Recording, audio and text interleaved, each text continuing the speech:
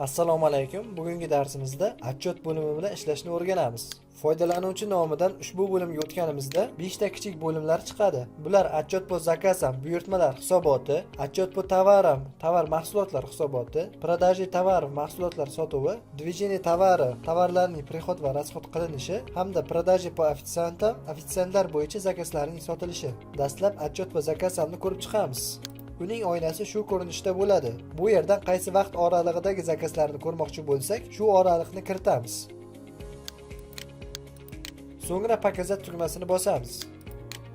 Mana barcha stollar bo'yicha amalga oshirilgan zakazlar paydo bo'ldi. Bu yerda dastlab zakazlarning raqami, ular qaysi stolda amalga oshirilganligi, shu zakaz bo'yicha dastur orqali kim xizmat ko'rsatganligi, zakaz bo'yicha stolning qachon ochilganligi va yopilganligi va uning hozirgi holatdagi statusi, ochiqligi yoki yopiqligi, shuningdek zakazning umumiy summasi, obsluga miqdori hamda shu ikkalasidan kelib chiqqan holda to'lanish kerak bo'lgan umumiy summa, skidkalar miqdori hamda mana shu zakazlar uchun to'lov naqd ko'rinishida yoki karta orqali qancha miqdorda amalga oshirilganligini ko'rishimiz mumkin. Plus tugmasini bosish orqali esa har bir zakaz tarkibida qaysi mahsulotlar, qaysi taomlar mavjudligini ko'rishimiz mumkin. Bu yerdan Payments'ga o'tganimizda esa zakaz uchun to'lov qaysi ko'rinishda va qancha miqdorda amalga oshirilganligini ko'rishimiz mumkin. Shuningdek, bu yerdagi ustunlarni ham oldingi eksport zakazov darsimizdagi kabi guruhlashimiz hamda sortirovka qilishimiz mumkin. Shuningdek, har bir ustun bo'yicha zakazlarni filtrlashimiz ham mumkin. Bundan tashqari zakazlarni har bir ustunning o'ziga xos holatda sortirovka qilishimiz mumkin. Masalan, oplata ustunini mana bunaqa ko'rinishda sortirovka qilishimiz mumkin. Bunda zakazlar uchun qilingan to'lov eng kamdan eng ko'p miqdorga yoki buning teskari holatida o'zgarishi mumkin. Pechat tugmasini bosish orqali esa bularni hisobot ko'rinishida chop etishimiz mumkin, ya'ni mana bunaqa ko'rinishda. Shuningdek, bu yerda mavjud har bir zakazni chek ko'rinishida ham pechat qilishimiz mumkin. Buning uchun kerakli zakazni belgilaymiz hamda chek tugmasini bosamiz. So'ngra odatiy ko'rinishdagi chek chiqadi. Endi esa отчет по товарам bilan ishlashni ko'rib chiqamiz. Bu yerda mahsulotlarimiz yoki taomlarimizni qaysi vaqt oralig'ida, qaysi zakaz ichida qancha miqdorda buyurtma berilganligini yoki atmen qilinganligini hamda ularga taalluqli boshqa ma'lumotlarni ko'rishimiz mumkin. Bu yerdan dastlab o'zimizga kerakli vaqt oralig'ini belgilab olamiz. So'ngra показать tugmasini bosamiz.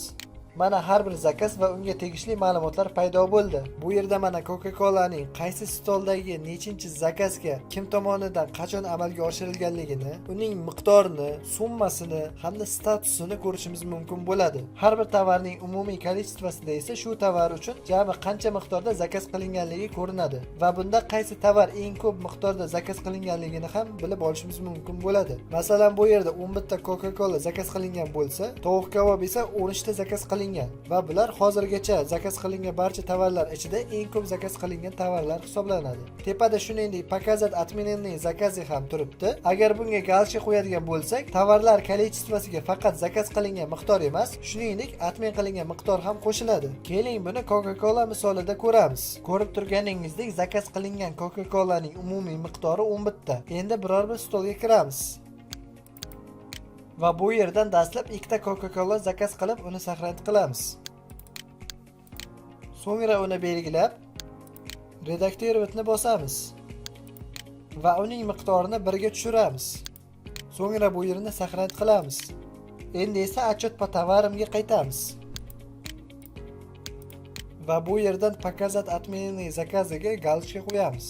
So'ngra kerakli vaqt oralig'ini belgilab, показать tugmasini bosamiz. Ko'rib turganingizdek, tovarning status qismida atmenen yozuvi turibdi. E'tibor bergan bo'lsangiz, bu yerda jami 5 ta Coca-Cola atmena qilingan. Hamda shundan so'ng ikkita Coca-Cola'mizdan bittasi saqlanib qolganligi uchun u alohida zakaz qilib qo'shilgan. Ya'ni, boya dastlab saqlanib qilingan ikkita Coca-Cola o'chirilib, uning o'rniga bitta boshqa Coca-Cola qo'shilgan. Hamda shu tufayli zakaz qilingan hamda atmena qilingan Coca-Colaning umumiy miqdori bu yerda qayta hisoblangan. Pechat tugmasi bosish orqali esa shu oynadagi barcha tovarlar bo'yicha hisobotni mana shu ko'rinishda chiqarish mumkin bo'ladi. Bugungi darslarimiz shulardan iborat edi. Hisobotlar bilan bog'liq qolgan bo'limlarni keyingi darslarimizda o'rganamiz.